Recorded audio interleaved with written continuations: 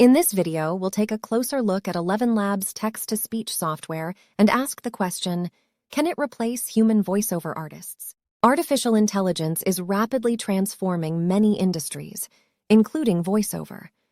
With the ability to generate realistic-sounding human voices, text-to-speech software has become a popular alternative to traditional voiceover artists. One of the biggest benefits of using text-to-speech software is the cost. It's significantly cheaper than hiring a human voiceover artist.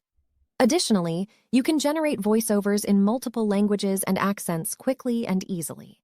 However, there are also some downsides to using text-to-speech software.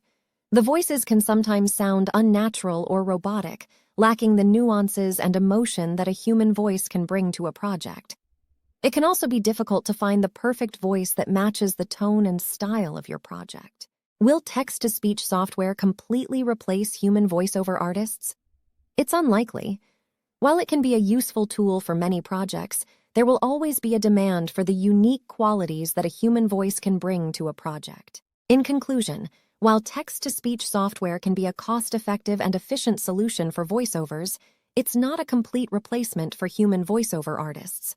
It's important to weigh the pros and cons and consider the specific needs of your project before making a decision.